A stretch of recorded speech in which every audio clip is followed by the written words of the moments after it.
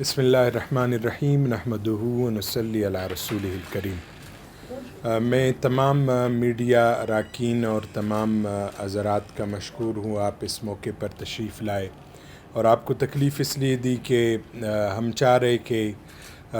Cabinet میں اور ہمارے وزیر اعلیٰ خیبر پختونخوا جناب سردار علی امین خان گنڈا پور صاحب نے کچھ فیصلے کیے ہیں اس سال ربیع الاول، ماہ ربیع الاول کی آمد کے موقع پر، تو اس حوالے سے میں آگاہ کرنا چاہ رہا تھا پوری قوم کو بھی آپ کے توسط سے اور خیبر پختونخوا کے عوام کو بھی۔ اس سال اللہ کے محبوب علیہ السلام کی دنیا میں تشریف لانے کے 1500 سال مکمل ہو گئے، اور اللہ کے محبوب علیہ السلام وہ ہستی ہے کہ جن کی آمد سے مکے کی عکاس کی منڈی میں حالت یہ تھی اس بت پرست معاشرے کی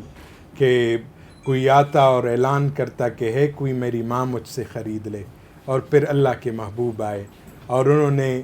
جنت جیسے اعلیٰ مقام کو اٹھا کر اس ماں کے قدموں میں ڈال دیا۔ یہ اللہ کے محبوب علیہ السلام کی شان ہے، اور وہ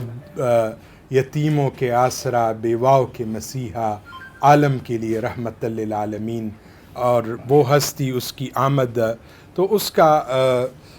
ان کی آمد کے آج اس ربیع الاول 12 ربیع الاول کو 1500 سال پورے ہو جائیں گے انشاءاللہ العزیز۔ اور اس کا یہ جو اس 1500 سال کے مکمل ہونے پر، چونکہ سینٹ اور قومی اسمبلی میں بھی اس حوالے سے قراردادیں پیش کی گئی، اور ہم بھی انشاءاللہ صوبائی اسمبلی میں بھی اگر آج موقع ملا میں اس پر اظہار خیال بھی کروں گا۔ اس موقع پر ہم نے 12 تاریخ تک عاشر رحمت للعالمین ڈکلیئر کر دیا ہے صوبائی سطح پر، کہ ہم اس موقع پر اپنی قوم کو اللہ کے محبوب علیہ السلام کی سیرت سے آگاہ کر دے، ان کی صورت سے آگاہ کر لے، اور یہ آگاہی دے کہ کائنات میں اللہ کے محبوب سے بڑا کوئی لیڈر اور رہبر آج تک نہیں گزرا۔ اور یہی میرے لیڈر عمران خان کا بھی یہی ویژن تھا کہ انہوں نے نوجوانوں کو اکثر وہ فرمایا کرتے کہ آپ کا لیڈر بل گیٹس اور وارن بفٹ نہیں ہے، آپ کا رول ماڈل بل گیٹس اور وارن بفٹ نہیں ہے، بلکہ آپ کا لیڈر اور رہبر حضرت محمد الرسول اللہ ہے۔ اس موقع پر ہم نے کچھ فیصلے کیے ہیں کہ ایک تو قرات اور نعت پاک کے مقابلہ جات ہوں گے، اور قرات کے جو اسکولوں کے طلباء ہے وہ اسکولوں میں نے ایلیمنٹری اینڈ سیکنڈری ایجوکیشن کو بھی لکھا، اور وزارت اعلیٰ تعلیم کے منسٹر جناب مینا خان صاحب، جناب فیصل ترکی صاحب، دونوں کو میں نے لکھا ہے، اور اس حوالے سے گزارش بھی کی ہے کہ آپ یونیورسٹیز میں بھی سیرت کانفرنس کا، رحمت للعالمین کانفرنس کا، سیرت کے عنوان پر آپ یہ کانفرنسز کا انعقاد کر لے، اور ساتھ ساتھ آپ اسکولوں میں مقابلہ جات کر لے۔ پھر وہ اسکولوں سے جو پوزیشن ہولڈر ہوں گے قرات اور نعت کے، وہ آئیں گے ضلعی سطح پر۔ ہر ڈی سی کو ہم نے یہ کہا ہے وزیر اعلیٰ صاحب نے کہ وہ ہر ضلع کی سطح پر ایک پروگرام منعقد کرے جس میں اسکولوں کے بچے جو پوزیشن ہولڈر ہیں ان کے درمیان مقابلہ ہو، اور پھر وہاں سے جو بچے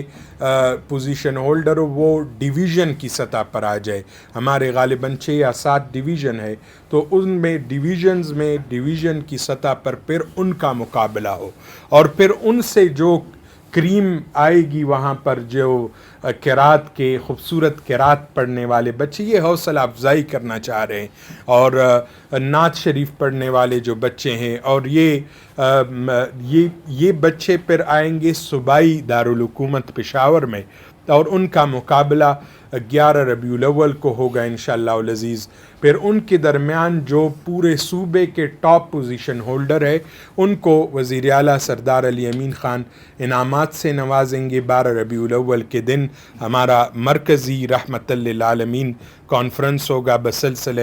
جشن ولادت اور 1500 سال کے جو حضور علیہ السلام کے ولادت کے مکمل ہوئے، تو اسی طرز پر ہمارا یہ سارا پروگرام ہوگا، اور مرکزی پروگرام میں ہم ان کو انعامات سے نوازیں گے ان بچوں کو، اور ان تمام اضلاع میں